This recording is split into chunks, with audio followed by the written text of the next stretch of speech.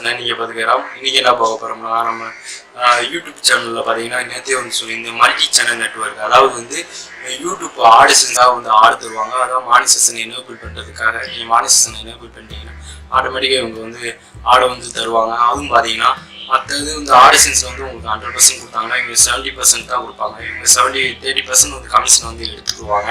30% commission எதுக்குன்னு பார்த்தீங்கன்னா இவங்க வந்து உங்களுக்காக டிப்ஸ் வந்து தரோம், அப்புறம் வந்து உங்கள் சேனலை வந்து இம்ப்ரூவ் பண்ணுவோம். அதாவது இப்போ இருக்கிறத டெவலப் பண்ணி வியூவர்ஸ் அதிகமாவாங்க, சப்ஸ்கிரைபர்ஸ் அதிகமாவாங்க அப்படி இப்படின்னு சொல்லுவாங்க. ஆனால் வந்து இதெல்லாம் வந்து போய் இவங்க வந்து எதுவுமே செய்ய மாட்டாங்க. இவங்க கமிஷன் வந்து 30% எடுத்துக்குவாங்க. இதான் வந்து ஆடிஷன்ஸ் தான் 100% வந்து நம்மளுக்கு வந்து கமிஷன் வந்து கரெக்டாக வந்து தருவாங்க. கமிஷன் எடுக்காமல் வந்து தருவாங்கன்னு சொல்ல முடியாது. அவங்களும் ஒரு பர்சன்டேஜ் வந்து எடுத்துக்குவாங்க. ஆனால் மற்ற கம்பெனியோட இவங்க வந்து கொஞ்சம் கம்மியாக தான் வந்து எடுக்கிறீங்கன்னு சொல்ல முடியும் கூகுள் ஆடிஷன்ஸ். மற்றவங்க வந்து அந்த பர்சன்டேஜ் வந்து 30%, அப்புறம் 20% தான் வந்து எடுப்பாங்க. இது வந்து உங்களுக்கு வந்து தேவையில்லைன்னு தான் சொல்லுவேன். நெக்ஸ்ட் பார்த்தீங்கன்னா எதுக்காக உங்களுக்கு கம்யூனிட்டி டேக் வந்து எல்லா விதத்துக்கும் ஆக்டிவேஷன் ஆகுது. நம்ம சேனல்லையும் பார்த்தீங்கன்னா உங்களுக்கே தெரியும் கம்யூனிட்டி டேக் வந்து ஆக்டிவேஷன் ஆகிருக்கு. அதை பார்த்தீங்கன்னா அந்த பேஜ் வந்து அங்கே வந்திருக்கு. அதில் நான் போஸ்ட் வந்து பண்ணிக்கலாம். எதுக்காக எல்லா விதத்துக்கும் இப்போ முதல்ல பார்த்தீங்கன்னா 1 lakh subscriber community take open ஆச்சு. அப்புறம் 50,000 சப்ஸ்கிரைபர் ஆச்சு. இப்போ பார்த்தீங்கன்னா 10K சப்ஸ்கிரைபர்ஸ் இருக்கணும் அப்படின்னு சொன்னாங்க. இப்போ பார்த்தீங்கன்னா உங்களுக்கு ரீசெண்டாக வந்து 1000 சப்ஸ்கிரைபர்ஸு, அப்புறம் 2000 சப்ஸ்கிரைபர்ஸ் நீங்கள் ரீச் பண்ணாவே போதும், ஆட்டோமேட்டிக் கம்யூனிட்டி டேப் வந்து ஓப்பன் பண்ணி விட்டுருவாங்க. இதான் வந்து உண்மை.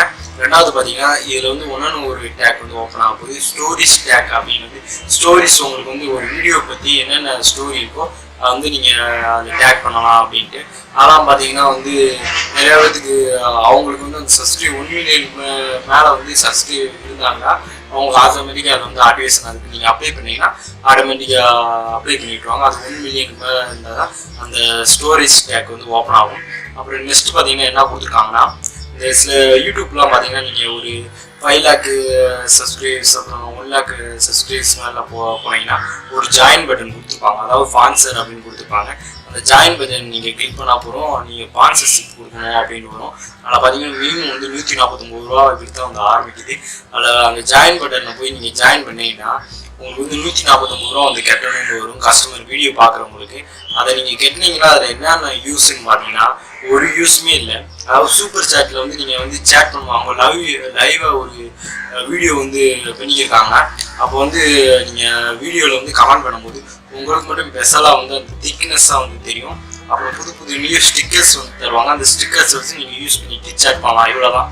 அதுக்கு வந்து 149 ரூபா வந்து நீங்கள் கட்டினீங்கன்னா, இப்போ எனக்கு வந்து நான் ஜாயின் பட்டன் வச்சுருக்கீங்கன்னா அதை நீங்கள் கிளிக் பண்ணிட்டீங்கன்னா, கிளிக் பண்ணால் வந்து அதில் வந்து ஸ்டிக்கர்ஸ் மட்டும்தான் வரும். நீங்கள் 149 ரூபா கட்டினாலும் ஜிஎஸ்டி அப்படின்னு பார்த்தீங்கன்னா 40% பிடிச்சிடுவாங்க. அதாவது யூடியூப்புக்கு ஜிஎஸ்டி பாதி போக மிச்சம் 40 ரூபா பிடிச்சது போக மீதி ஒரு 100 ரூபா வந்து அந்த சேனல் வச்சுருக்கவங்களுக்கு ஏறும்.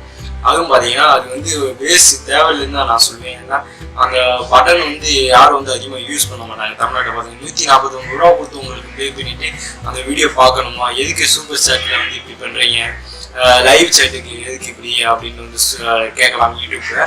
ஆனால் வந்து இவங்க வந்து அந்த தேவையில்லாமல் ஒரு ஆப்ஷன் வந்து கொடுத்துட்ருக்காங்க. அதான் வந்து இந்த வீடியோ வந்து இந்த யூடியூப் வச்சுருக்க எல்லாருக்கும் கொஞ்சம் புரிஞ்சிருக்கும்னு நினைக்கிறேன். இந்த சேனல் உங்களுக்கு பிடிச்சிருந்தா யூடியூப் இருக்குது லைக் பண்ணி விட்டுருங்க. இந்த சேனல் ரொம்ப பிடிச்சிருந்தா சப்ஸ்கிரைப் பண்ணி விட்டுருங்க. தேங்க்யூ.